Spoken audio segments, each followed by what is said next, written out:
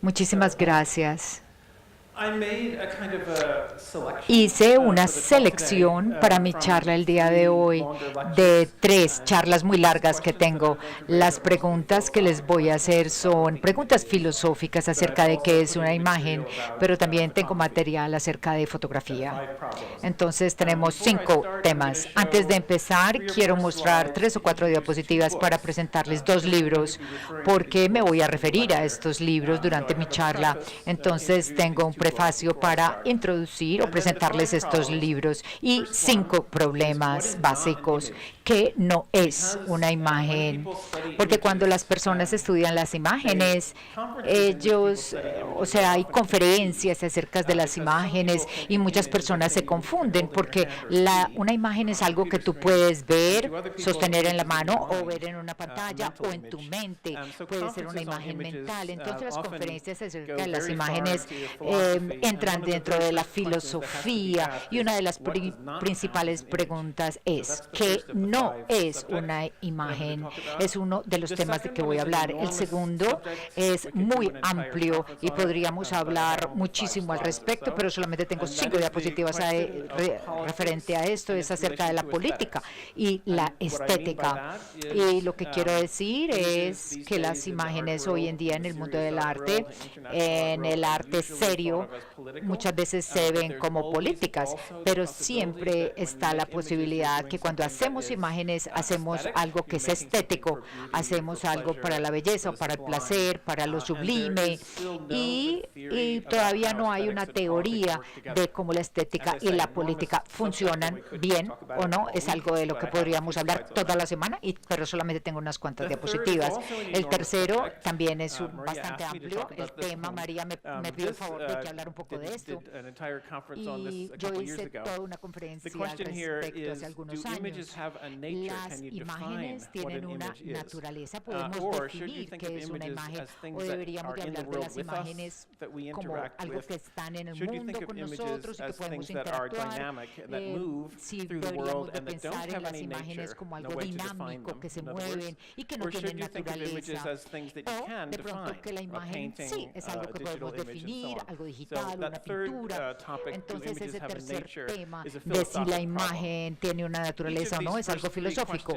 Estas 3 primeras preguntas es un problema filosófico, y mi cuarto y quinto tema son más prácticos y críticos e históricos. El cuarto es los límites de la atención que los académicos como yo le damos al detalle.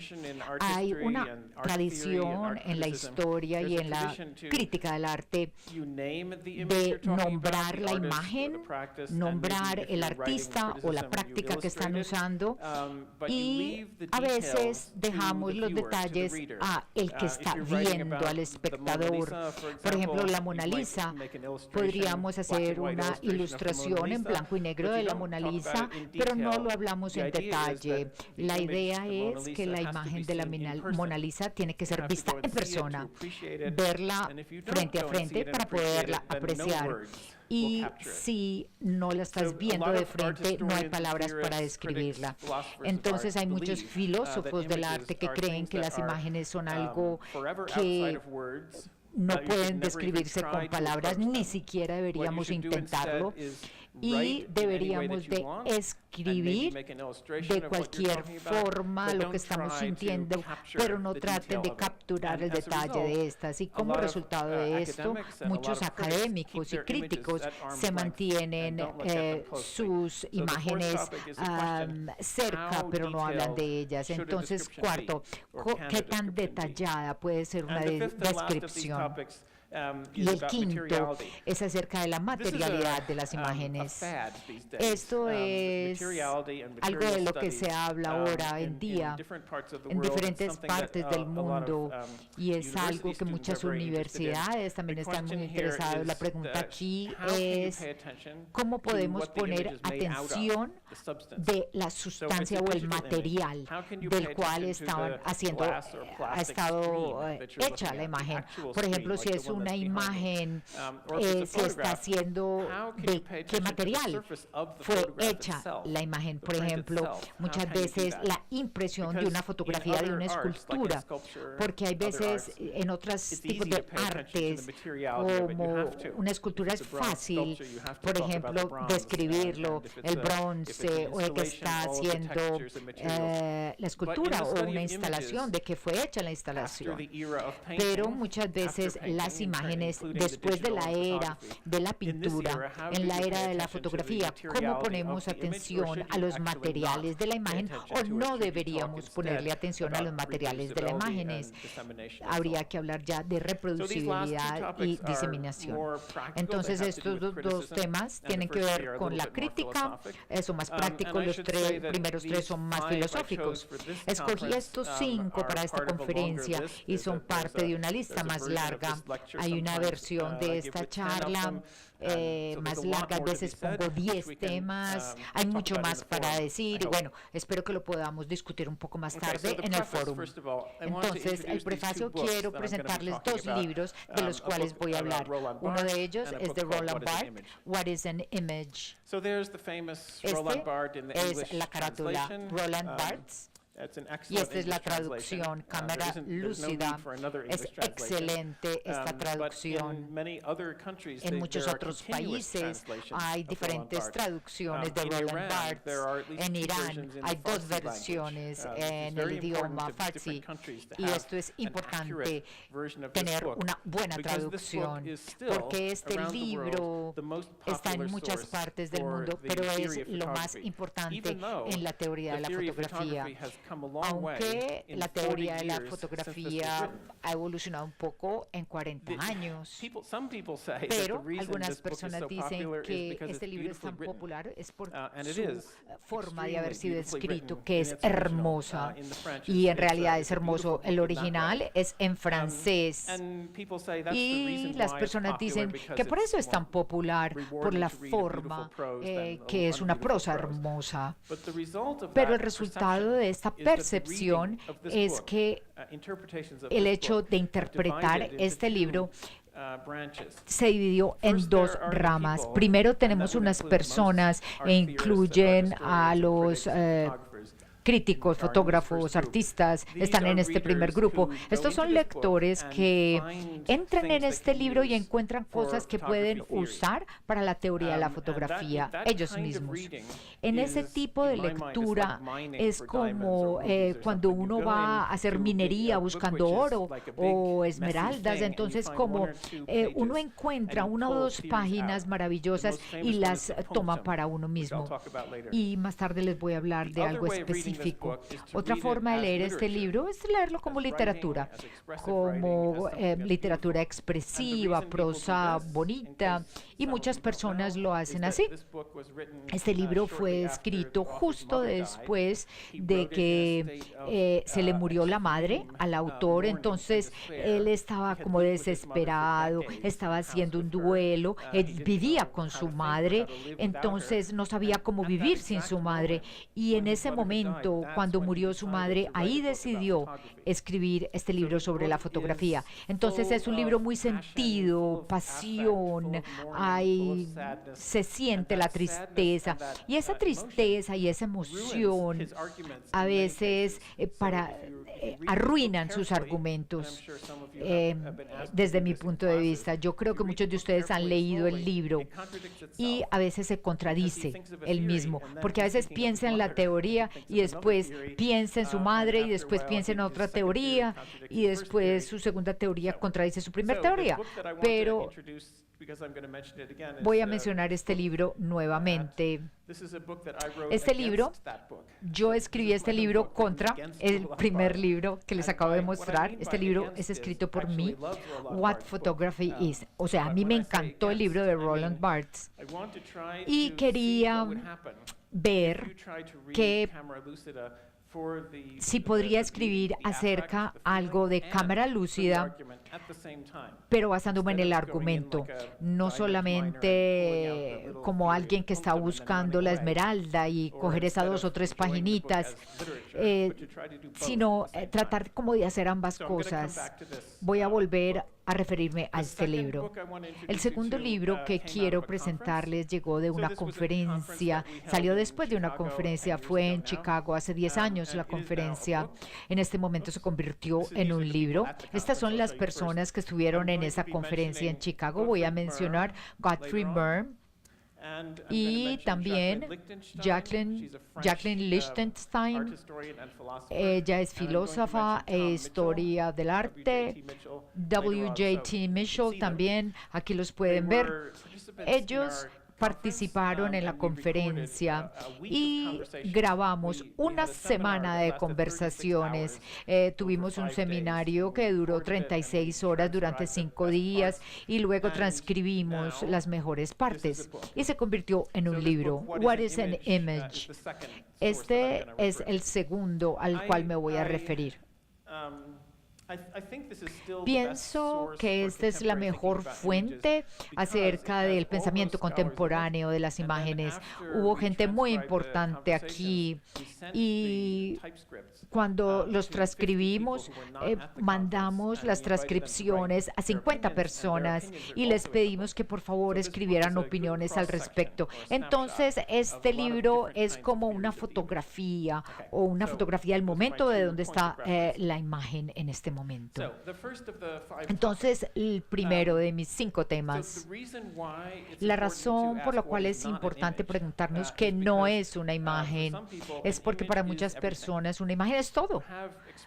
Tenemos expresiones en muchos idiomas que son como, en inglés decimos, voy a iluminar este tema, o hablando por sí mismo, o pensando en sí mismo. Y hay mucha historia filosófica que se va hasta Hegel, y hay un nombre que se llama photoentology, es como el nombre de la idea, que pensar es ver. Y ver está muy cerca a pensar. Entonces podríamos decir que todo podría ser una imagen. Y especialmente esto es importante para empezar una conferencia acerca de imágenes. Bueno, la primera pregunta, ¿qué no es una imagen? Pienso que es importante. Y hay un argumento al respecto que es algo así. Si tenemos una frase como todos los cisnes son blancos, podemos escribirlo opuesto, todos los cisnes son negros. Si uno tiene una imagen y tratamos de hacer una imagen opuesta a esta imagen, no se puede lograr. Solamente se puede lograr usando el lenguaje. Si tenemos una foto o una imagen de un cisne blanco, pues podemos obviamente hacer una imagen que ponga el prohibido encima del cisne o algo así. Tenemos que usar narrativa o contexto histórico, pero hacerlo puramente visual no es posible. Entonces no podemos solamente usar formas y colores para hacer el opuesto de una imagen. Para algunas personas, este es el fin de la pregunta. Si ustedes creen esto, que no hay tal cosa que es lo opuesto a una imagen, y si no podemos tener el opuesto de algo, no podemos tener lógica. Y si no podemos tener lógica, no podemos tener lenguaje. Ustedes estudiaron Aristóteles y los lenguajes. Y el lenguaje, entonces tiene que haber pi y lo opuesto a pi. Entonces, para muchos filósofos esta pregunta, si hay algo opuesto a una imagen, si una imagen puede negar a otra, esta pregunta está resuelta. Pero en las artes y las humanidades dicen, no está resuelta, porque las imágenes sí hablan las unas con las otras de alguna forma. Entonces les voy a mostrar algunos ejemplos. Este es un ejemplo que vino en la conferencia que les hablaba ahora de Chicago. Es una pintura pequeñita hecha por Paolo Uccello, muy famoso en el siglo XV, famoso por su perspectiva lineal. Y esta es una pintura de él. Y es un episodio antisemítico donde una familia judía, son estos los malos de la izquierda, los judíos entraron a una iglesia católica y robaron como el anfitrión y lo querían quemar. ahí se está quemando, se está derritiendo lo que robaron de la iglesia, y esta es la sangre del anfitrión que está pasándose por debajo de la puerta, y estos son los cristianos buenos que quieren entrar para rescatar al anfitrión. Bueno, en la conferencia, uno de los participantes, ella dijo algo al respecto.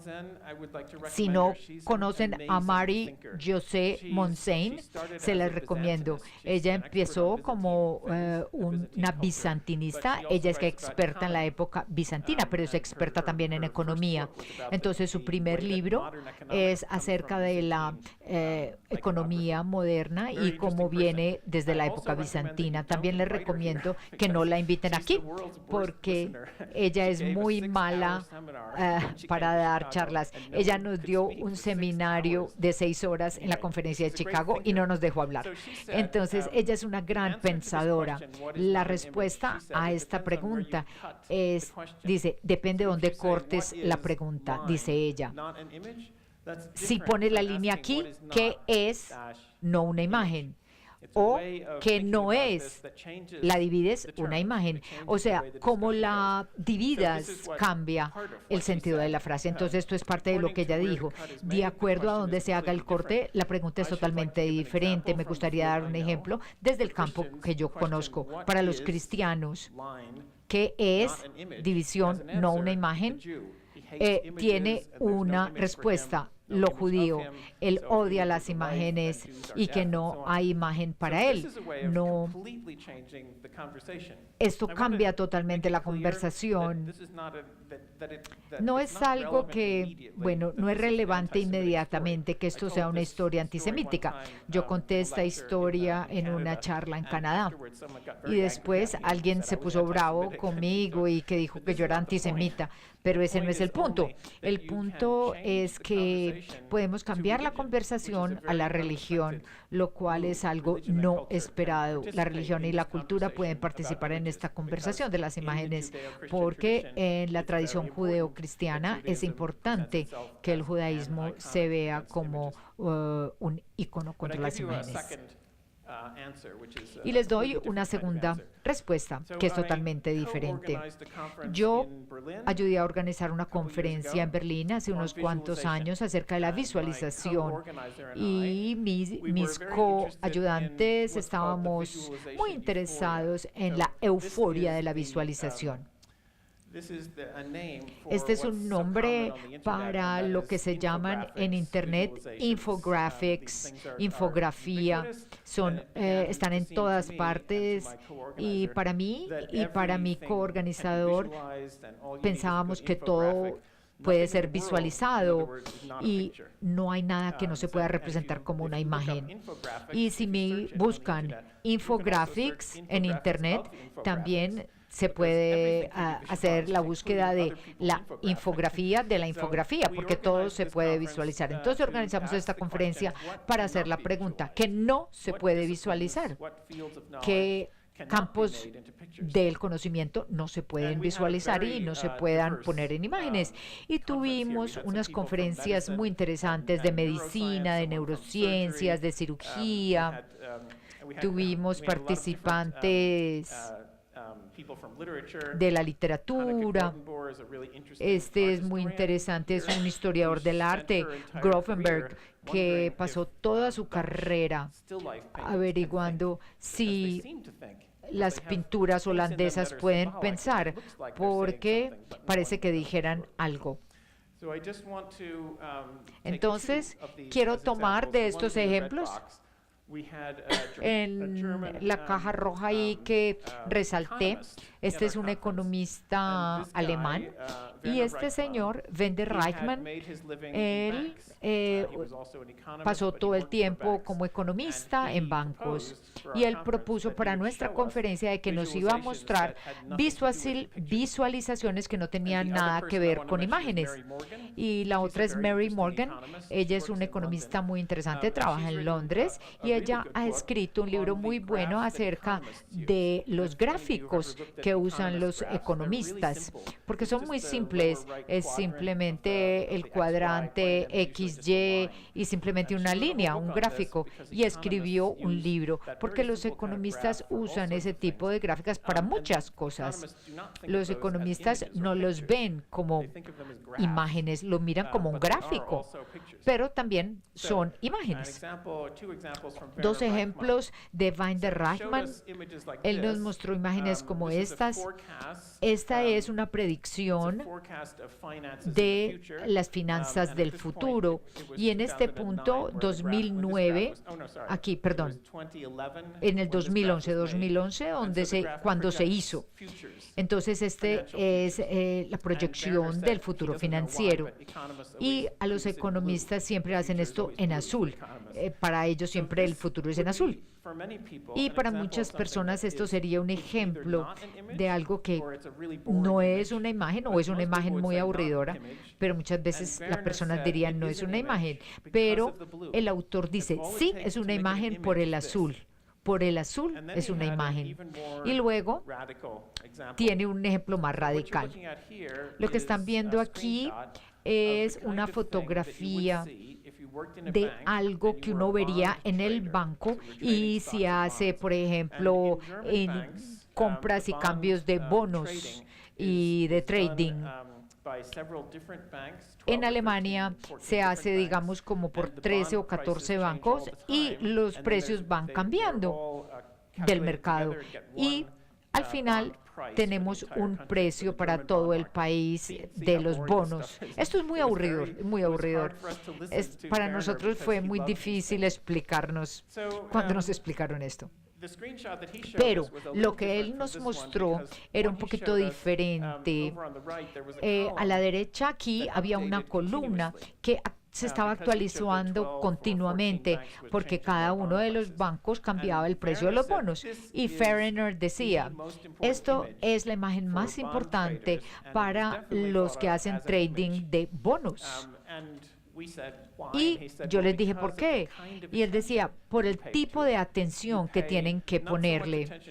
No le ponen atención a todo esto, pero mucha atención a esta columna que cambia y muchísimo, muchísimo a la última línea que va a ser como el promedio o lo que va a quedar para toda Alemania. Entonces, no importa lo que, si es venta, compra, no importa. Es el tipo de atención que se le pone a la imagen y es un rectángulo como una foto. Y este señor nos desafió y nos dijo, piensen en esto como una visualización, aunque para ustedes esté muy lejos de una visualización, pero es parecido a una fotografía, parecido a una imagen. Son dos ejemplos muy diferentes, uno de religión, otro de finanzas, para sugerirles qué tan difícil puede ser decidir si algo no es una imagen. Hay muchas imágenes en la ciencia, en las matemáticas, que usan unos rectángulos como una imagen y una pantalla, y uno los mira como si fueran imágenes, sabiendo que son solo números. No tengo conclusiones realmente, simplemente voy a ir siguiendo con los diferentes temas. Entonces, la estética y la política.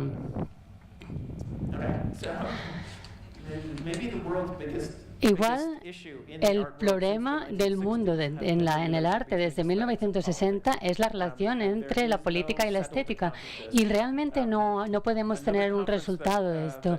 Otra conferencia que hicimos en Chicago hace unos años se llamaba Más allá del estético y del antiestético, porque el antiestético que empezó en 1980 fue uno de los momentos en el que el mundo artístico se propuso que el mundo artístico es sobre todo de política. política, y todo lo que haces en arte tiene una relevancia en política. Y entonces que siempre tenemos que estar pensando en cómo nuestro trabajo puede afectar a la política. Y esto es lo que empezó como antiestético en 1980. Y pues, las personas en todas partes del mundo están pintando flores y estas imágenes que no piensan en políticas, pero como saben, como hay teoristas que, por ejemplo, que teorizan sobre esta cuestión. Entonces, es una cuestión muy difícil. Entonces, la conferencia de más allá del estético y de lo antiestético, porque incluso más allá, durante todo este tiempo, no tenemos una síntesis, no tenemos un consenso de cómo tener el estético y el político juntos, o sea, normalmente se separan. Entonces, les voy a dar dos ejemplos igualmente. El primer ejemplo es una conferencia que hicimos en Berlín, que fue maravillosa y ahora se ha convertido en un libro, y el libro es este, como pueden ver, de 2016, Manchester Press, y se llama Image Operations, operaciones de la imagen. Y una de las personas que lo organizó es ella en la foto, y ella invitó a artistas, que ahora hablaré de ellos, y también invitó a teóricos de la política y a doctores, porque los doctores están muy interesados en utilizar las fotografías, las imágenes. Y tenemos, por ejemplo, si ustedes saben, la máquina de Da Vinci, donde el paciente se sienta y tienen como unas cosas para hacer la operación, pero en cambio el doctor está en la otra parte del mundo mirando al monitor, y el doctor tiene la otra punta del instrumento y recibe unos resultados, y el doctor mira a la pantalla donde se ve el cuerpo del paciente, y esto se llama la máquina del Da Vinci. Entonces, podemos decir que las imágenes son operaciones médicas. Entonces, en esta conferencia se invitó a gente para que hablaran de las operaciones que ellos hacen para vivir, pero en las imágenes, y también a historiadores. Entonces, ella estaba interesada en esto. ¿Qué significa que las imágenes solamente son operaciones? Que es algo que se suele hablar en el mundo artístico, ¿no? Muchos artistas han hablado de esto, ¿no? Si cuando hablamos de una imagen que es una operación militar, o por ejemplo, si una imagen está delante de un misil. Pero la cuestión central no era esta. Había una cuestión que era mucho más difícil. Era qué pasa cuando la gente se la mata a causa de las imágenes. ¿Cómo sabemos? Las imágenes pueden resultar en muerte, y puede resultar que la gente quiera matar. Y por ejemplo, en vídeos como ISIL, que necesitan matar a alguien y hacer un vídeo para que vaya con su causa. O sea, que una persona se mata a causa de una imagen. Y es esa imagen que hace la muerte de esa persona. Es muy interesante, y es una cuestión muy extrema y muy interesante.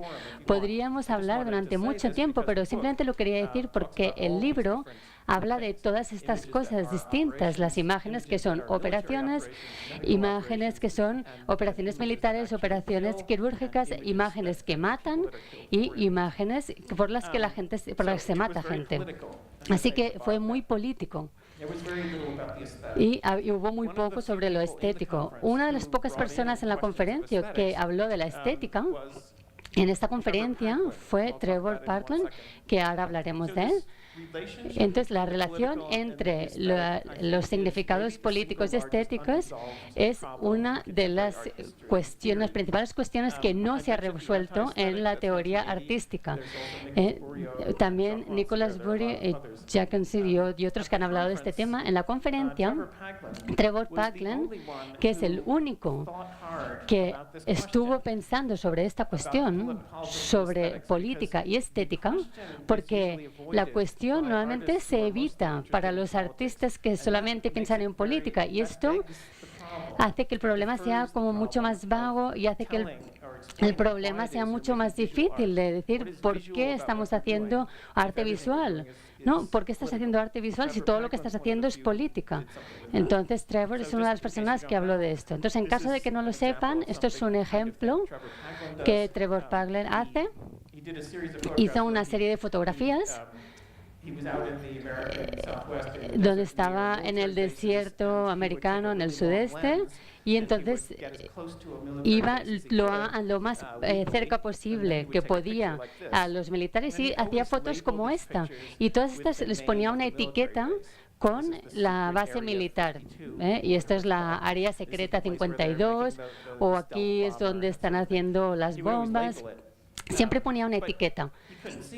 Pero aquí no se puede ver mucho, porque está, claro, como a 20 millas. Entonces, esto es un ejemplo de su trabajo. Y voy a decir la manera en que él habla. Entonces, lo primero es política como estética. Y luego hay otra de estética como política, pero esto política como estética. Entonces voy a hablar de lo que dice Trevor Paglen. La idea es crear una tensión entre la imagen, que no significa nada, simplemente el color y las imágenes, que no significa nada, para crear una tensión entre esta y el título, que es pues Área 52 o el base militar. Dice, el conocimiento y la belleza están en una tensión interesante, y la tensión puede ser la estética del trabajo. Y lo último que dice él, en un email que me escribió a mí en 2009, una imagen exitosa para mí, en mi trabajo, es una que tiene una afirmación y además determina cualquier posibilidad de una verdad tradicional. O sea que te da el nombre, pero no puedes decir nada más porque no lo puedes ver. Es como ver y no ver a la vez. Es lo que está intentando capturar. Entonces, Trevor es una persona muy elocuente y no está diciendo que sus imágenes no solamente son bonitas, sino que el aspecto visual crea una tensión con la política y que la tensión es la estética. O sea, que es una respuesta bastante difícil a esta cuestión. Esto es lo que es política como estética, y esto es el título de la imagen, y otra pantalla de estética como política, o sea, lo opuesto. Entonces él dice, también hay un gesto performante en el que estoy interesado, que son la política de fotografiar algunas cosas, aunque las fotografías no estén mostrando nada. O sea, que es un gesto político, pero no es ordinario. O sea, no podemos movilizar a las personas con esta imagen. Esto fuera, por ejemplo, un sitio donde se hace bombas químicas, no podríamos movilizar a la gente para que vayan y lo cierren. Pero podemos coger esta fotografía, podemos que esta fotografía se convierta en la política. Entonces, estos son mis ejemplos de estética y política y lo complicado que resultan. Creo que la mayoría de gente ignoran este tema, ¿no? Los artistas que son activos políticamente asumen que la estética va con su trabajo, porque la estética es la técnica, la fotografía, el vídeo y todas las cosas que van, ¿no?, con la forma, que son vehículos de política. Pero si lo decimos así, entonces estamos dejando de lado la cuestión real de por qué haces una imagen, por qué eres un artista, porque si todo lo que haces es política. Entonces, esta idea deja de lado esta cuestión. El libro de la derecha es un libro que edité hace unos años y se han escrito por estudiantes que se han graduado en estudios visuales. Entonces, la idea de este libro, no quería producir un libro que hablara de una persona, un hombre blanco de mediana edad, sino que quería que cada estudiante hiciera un capítulo. Y entonces llamamos a todos los estudiantes de diferentes países, como 40 o 50 países, y cada uno hizo un capítulo, y esto es lo que es el libro. Y uno de ellos es Trevor Paglen. Y entonces la idea es, imagínense a Trevor Paglen como si estuviera negociando entre política y estética. es muy listo porque está yendo hacia la política, pero no quiere ir realmente a la política porque entonces no estaría haciendo arte. Entonces vuelve a la estética porque tiene un interés visual. Entonces vuelve a la política y así va yendo de un lado a otro, que es el diagrama de Paglen. El último de las tres cuestiones filosóficas es un tema muy grande, también muy extenso. Si están interesados en filosofía, aquí la cuestión es si las imágenes tienen una ontología o solo tienen una epistemología. Si una imagen tiene una ontología, quiere decir que tiene una naturaleza, porque la ontología es el estudio de cómo real es una cosa. Pero si tiene una epistemología, entonces no hay manera de definir las imágenes, porque una imagen es cualquier cosa que tú quieras llamar una imagen. Y entonces es simplemente lo que sabes de ella, porque la epistemología es el estudio del conocimiento. Entonces, ontología, el estudio del ser, y epistemología, el estudio del conocimiento. Y esto es más o menos como va el debate, ¿no? De si tienen imagen, si tienen naturaleza las imágenes. Esto es una de las señales en el oeste. Las tormentas de polvo igual existen. Entonces, aquí los dos escolares son Gottfried Boehm y Tom Mitchell. Entonces, antes, en la foto que hemos visto al principio, estaban ahí los dos. Gottfried Boehm es un escolar, un académico alemán y habla mucho en ontología. Él cree que las imágenes tienen una naturaleza y él toda su carrera la ha dedicado a saber qué son imágenes, ¿no? Que las imágenes no es escritura, que las imágenes es otra cosa. Él da clases en Chicago, en la universidad. Tom Mitchell es el opuesto, es un buen deconstructor. Tiene un estudiante de espiritual, ¿no? Como que le gusta la deconstrucción, y él dice que la ontología no es una buena cuestión y lo que le importa es la epistemología, o sea, dónde va la imagen en el mundo y lo que la gente hace con ella. Gottfried Boehm, y le voy a mostrar una imagen, una pantalla de él y una pantalla del otro, de Tom Mitchell. En 2006, ambos estuvieron escribiéndose entre ellos, que se han publicado en inglés y en alemán, y eran muy amistosos, pero en realidad estaban argumentando, estaban debatiendo. Y entonces tiene esta pregunta, que es de toda su carrera, de cómo las imágenes crean significado. Si escribimos una frase, estamos creando significado, pero si hacemos una foto o pintamos un cuadro, ¿cómo estamos creando significado? Y esta es la cuestión, y es una cuestión ontológica, porque tenemos que saber cómo se describen, cómo las imágenes están creando este significado sin utilizar las palabras, porque están haciendo algo aparte, no están haciendo algo diferente del lenguaje, porque el lenguaje habla.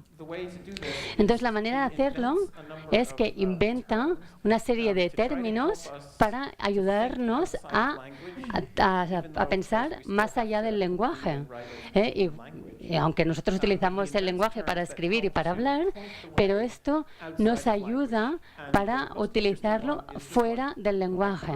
Entonces tenemos logos icónicos, incluyendo con logos icónicos. Claro, estos son términos contradictorios, porque es icónico, logo, y logo es lenguaje, icónico es una imagen. Si te hacemos un logo icónico, sería una manera de describir lo que pasa en las imágenes. Las imágenes crean significado no hablando ni por el lenguaje, sino a través de una cosa que se llama el logo icónico. O sea, de otra manera de pensar en el significado, de cómo se crea significado. También hay política en esto. Entonces, Boehm no se le conoce en Norteamérica, casi no he escuchado a nadie que haga referencia a él, y esto es porque nada se traduce del alemán. Entonces, también es una política aquí, porque Gottfried Boehm es una tradición de filosofía continental, como Schopenhauer o Gadamer, si lo conocen. Son personas que no siempre están hablando de la teoría de la imagen, o que no se ha traducido por ejemplo, en Norteamérica o en Reino Unido, sino que solamente es en Europa Central.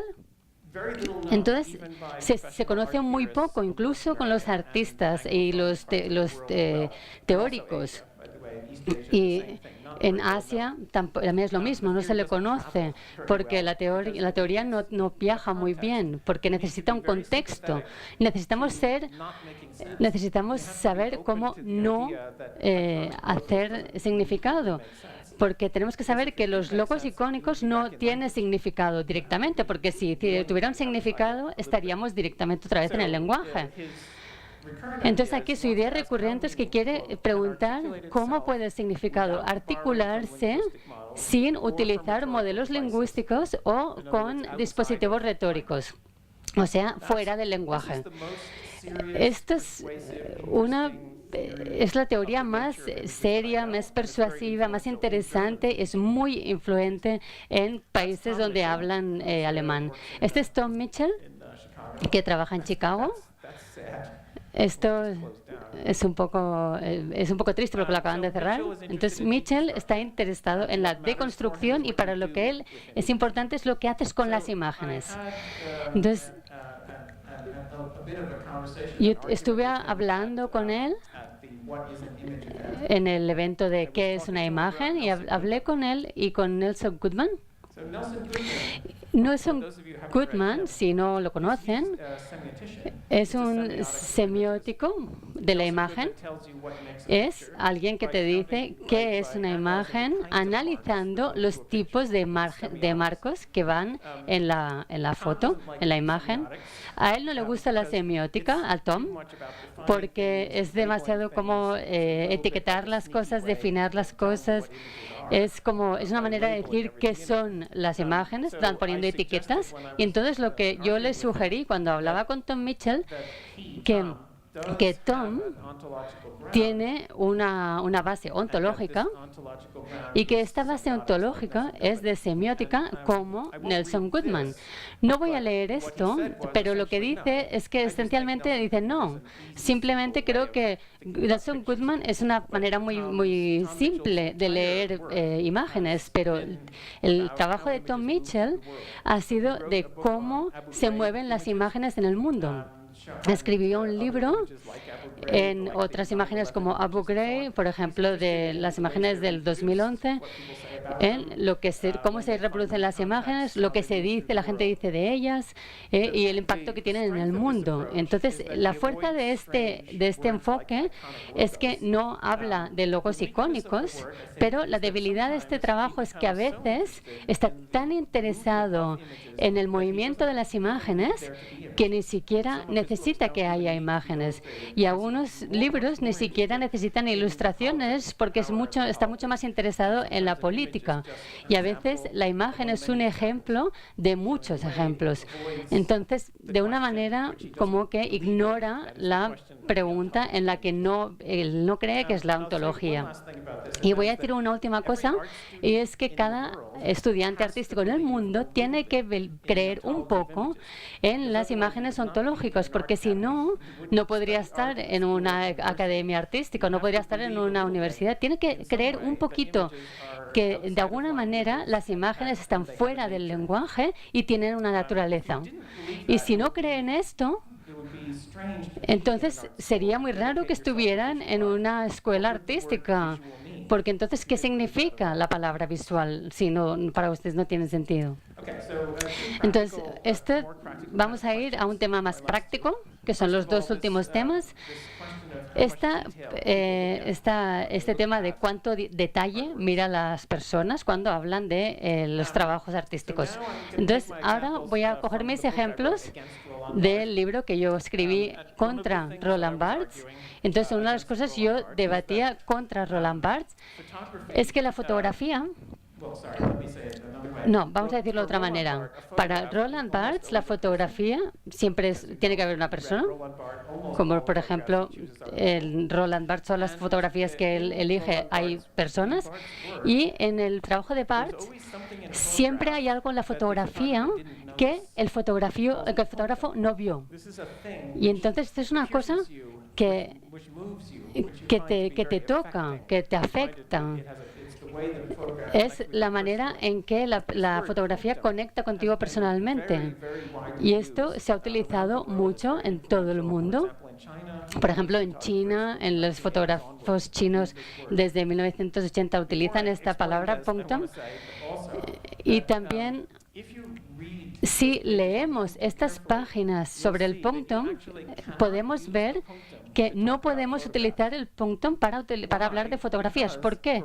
Porque para Roland Barthes, el punctum de cada persona es diferente. O sea, podemos tener, ¿no?, aquello que el fotógrafo no vio para ti. Tú verás una cosa, pero otra persona verá otra. Va a ser algo personal. Entonces tendrá que ver, por ejemplo, con tu abuela o con algo que tú has experimentado. No se puede escribir. Y la otra persona, por ejemplo, que mira la misma foto, va a ver un punctum diferente. Entonces, de hecho, hablando literalmente, si uno lee a Barthes, no se puede usar el punctum.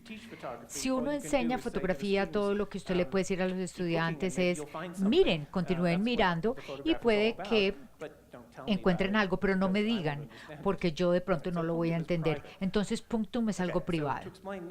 Entonces, esta foto, la idea en la mayoría del libro Cámara Lúcida, si es una buena fotografía, tiene un punctum, un buen detalle, por ejemplo, en la esquinita una planta o algo, algún detalle. La idea con mi libro es resaltar el hecho de que la mayoría de las fotografías tienen mucho ahí que el fotógrafo no notó. No es solamente un detallito. Por ejemplo, si hay una fotografía de familia, tiene a tu padre, tu madre y cualquier otros familiares, y alrededor hay cosas que en realidad no te importan. Y no son solamente una o dos cositas. Las formas para definir la fotografía es que es un arte donde la mayoría de los centímetros cuadrados en la foto es algo que el fotógrafo no necesitaba o que ni siquiera notó. Entonces, en mi libro hablo de proyectos refotográficos y esta es una foto tomada en el siglo XIX en la frontera de México. Aquí hay algo político también.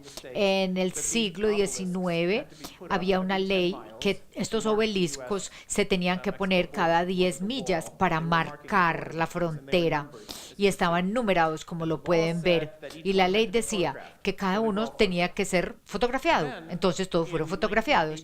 Y luego en 1988 un botánico que se llamaba Humphreys encontró todos los que pudo, todas las fotos que pudo. Esta otra foto es de Humphrey del mismo marcador en 1988. Entonces un proyecto de refotografía. Y si miramos el obelisco, si lo pongo en mejor alineamiento, este es el viejo, este es el nuevo. Los proyectos de refotografía son interesantes, en este caso especialmente interesante, porque el fotógrafo Humphrey era un botánico, él estaba interesado en las plantas y él quería ver las plantas del desierto, no le importaba la política. Entonces me gusta ahí como la forma del hombre, aquí es un árbol y muchas cosas interesantes suceden en las fotografías que a Humphreys no le importaba. Mi interés era decir cuánto de esta fotografía no fue notado por el fotógrafo inicial o por el refotógrafo. Algunos otros ejemplos más. Este es uno de las fotos del siglo XIX originales. En la parte de arriba de las montañas hay un obelisco, pero en el siglo XIX el equipo de fotografía era muy pesado. Entonces no lo querían llevar hasta arriba de la montaña. Tenían que llevar obviamente el material para hacer el obelisco, pero no tenían que llevar el equipo fotográfico. La ley decía, hay que tomar una foto del obelisco, pero no decían qué tan cerca o qué tan lejos. Entonces esta es la foto de un obelisco. En alguna parte ahí hay un obelisco y Humphrey lo trató de encontrar y esto es lo mejor que él pudo lograr. Es como de 5 a 10 kilómetros del original. Esta es la primera y esta es la segunda. Dos imágenes donde todo lo de la imagen es algo que nada el fotógrafo no quería. 99.99 de la fotografía no le importaba al fotógrafo, quería solo el obelisco. El proyecto más importante de refotografía es de Mark Clax. Él trabaja en Arizona o Nuevo México. Bueno, él todavía trabaja. Y en los 70s él empezó a ver personas que tomaban fotografías en el siglo XIX como Timothy O'Sullivan y refotografió los mismos lugares con el mismo día del año, el mismo equipo fotográfico, en el mismo tiempo del día, momento del día. Y aquí ven la fotografía del siglo XIX y hay veces en el siglo XX ya hay una construcción. Esta es la foto del siglo XIX. Y esta es la refotografía. A veces parece que nada hubiera cambiado. Entonces yo empecé a mirar esto muy cuidadosamente, tratando de ver como la diferencia que ha cambiado. Y empecé a ver cosas como esto. Hay una piedra ahí donde está la flecha. Y cuando vemos la fotografía del siglo XX ya no está ahí.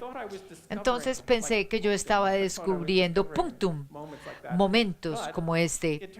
Pero resulta ser que mientras más mires, más ves. Y de hecho estos punctums están en todas partes, porque es simplemente una falda de una montaña llena de piedritas y todo cambia. Estas son dos fotos donde se ve como si nada hubiera cambiado, pero de hecho todo cambió. Entonces, en mi libro, el argumento que yo hago es que esto es típicamente lo que estamos buscando en la fotografía. Muchas veces el sujeto está invisible, pero el alrededor o las cosas que el fotógrafo no quiere están por todas partes.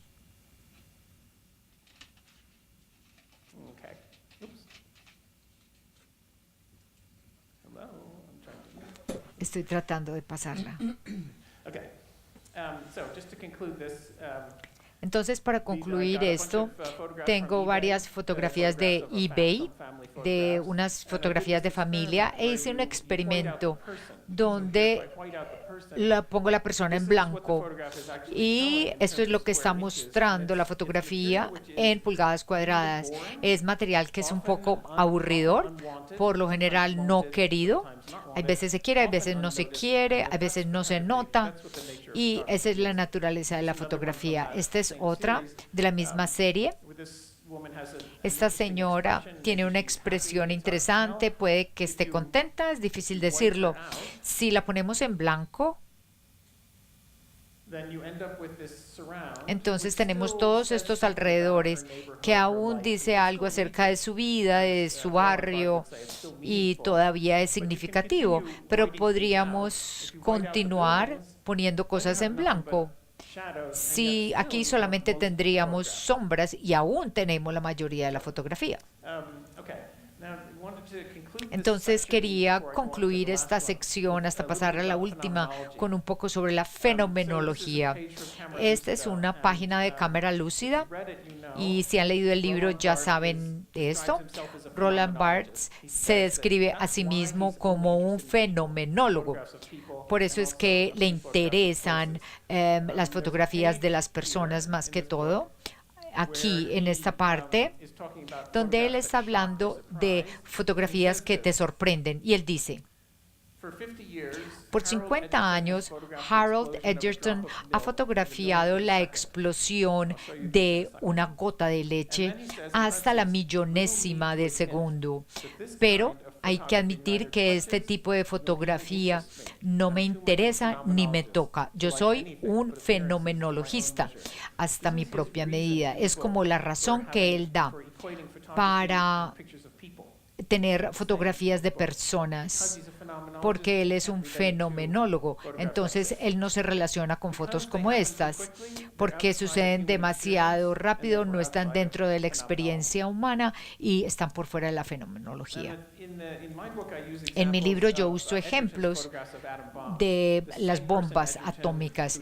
Edgerton es el fotógrafo también de este tipo de los test atómicos, y recientemente hay un número de estas fotos que han aparecido al público probando que Estados Unidos sí hizo pruebas atómicas en el aire, y ellos aún lo niegan, pero hay fotos al respecto. Estas son las fotografías más famosas de Edgerton, son tomadas con una cámara especial y es justo después de la explosión de una bomba atómica. Estas cositas acá que se ven es fuego que va metiéndose por los alambres que van en la torre. Entonces aquí es cuando la explosión apenas está en el aire. Estas son las cosas que Roland Barthes jamás escribiría al respecto, porque está por fuera de la experiencia humana y la fenomenología. En esta foto la explosión ya llegó a la Tierra. Estos son árboles del desierto que se llaman Joshua Trees. Y Roland Barthes, su argumento es que esta fotografía para él solamente fotografía lo que es experiencia humana, no otro tipo de fenómenos. Y Roland Barthes sabía esto. Él era muy buen fenomenólogo. Vemos estas cosas de la forma como el humano aprecia cualquier cosa, como analogías. Esto puede ser una fruta grande, redonda. Le damos sentido comparándolo con nuestras experiencias propias. Entonces la fotografía es mucho más grande que lo que pensaba Roland Barthes y lo que se permitía a sí mismo pensar. Y todo puede ser fenomenológico. El último tema acerca de la materialidad de las imágenes. Hay mucha literatura acerca de la naturaleza material de las imágenes. Pueden tomar una foto de esto. Hay mucho texto que no voy a leer aquí. Esta pregunta se ha vuelto muy popular con los estudiantes debido a los estudios de la materialidad. Hay un campo que se llama el Thing Theory o el teoría de las cosas. Este es un detalle de una pintura de Jason Pollock.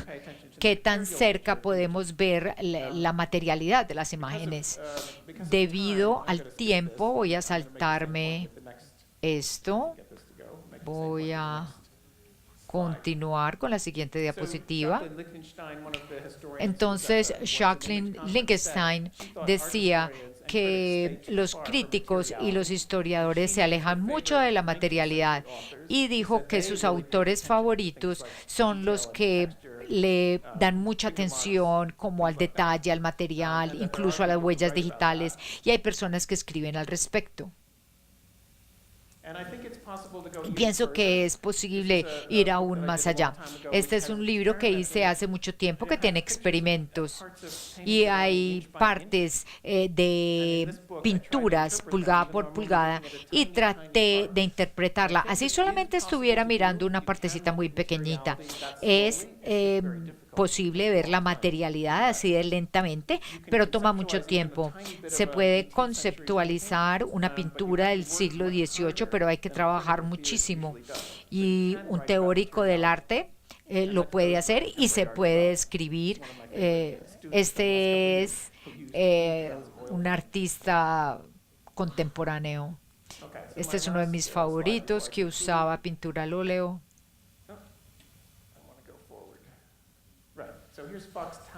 Este es Fox Talbot. Y para terminar, en cuanto a la fotografía, Fox Talbot, él pintaba sus emociones en las fotografías usando una esponja o un pincel. Entonces hay materialidad en la foto que es algo que es necesario describir si les gusta este tipo de fotografías. Aquí incluso pueden ver huellas digitales aquí, y con algunas fotografías de Fox Talbot es la inevitabilidad de la materialidad. Y Roland Barthes hablaba de esto. y él no notaba tanto la materialidad.